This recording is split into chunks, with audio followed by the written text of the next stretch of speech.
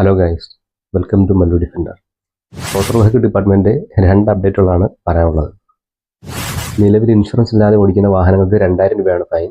ഇത് വീണ്ടും ആവർത്തിച്ച് കഴിഞ്ഞാൽ 4000 രൂപ വരെ ഫൈനും 3 മാസം വരെ തടവ് ശിക്ഷയുമാണ് ഉള്ളത്. ഇനി മുതൽ വാഹനം പിടിക്കുന്ന സമയത്ത് ഇൻഷുറൻസ് ഇല്ലാന്നുണ്ടെങ്കിൽ നമുക്ക് പിഴയടച്ചിട്ട് വാഹനം റിലീസ് ചെയ്യാൻ പറ്റത്തില്ല. പകരം അവർ ആ വാഹനം പിടിച്ചെടുക്കുകയാണ് ചെയ്യുക.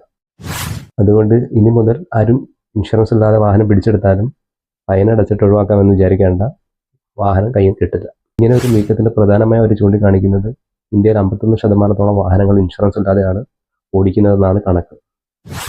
പൊതുവെ നമുക്ക് എല്ലാവർക്കും ചെല്ലാൻ വരാറുണ്ട്. പലരും അത് അടയ്ക്കാറില്ല.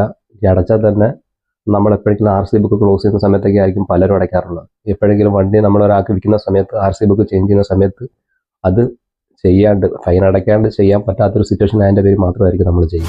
നിലവിലുള്ള എല്ലാ ഫൈനും നമ്മൾ ക്ലോസ് ചെയ്യുന്ന ആ സമയത്തായിരിക്കും. പക്ഷേ ഇനി മുതൽ അതും പറ്റില്ല. നിങ്ങളൊരു ടെക്സ്റ്റ് മെസ്സേജ് ആയിട്ടോ മോട്ടോർ വെഹിക്കിൾ ഡിപ്പാർട്ട്മെൻറ്റിൽ നിന്നും ഒരു മെസ്സേജ് വന്നു കഴിഞ്ഞാൽ മാക്സിമം ഒരു 45 ദിവസം വരെ, വിത്തിൻ 45 ഡേയ്സിനുള്ളിൽ നമ്മൾ ആ ചെല്ലാൻ ക്ലോസ് ചെയ്തിട്ടില്ല എന്നുണ്ടെങ്കിൽ നമ്മുടെ വാഹനത്തിൻ്റെ RC ബുക്ക് സസ്പെൻഡ് ചെയ്യും. കൂടാണ്ട് ആരാണോ ആ വാഹനത്തിൻ്റെ ഉടമ അവരുടെ ലൈസൻസ് അവർ സസ്പെൻഡ് ചെയ്യും.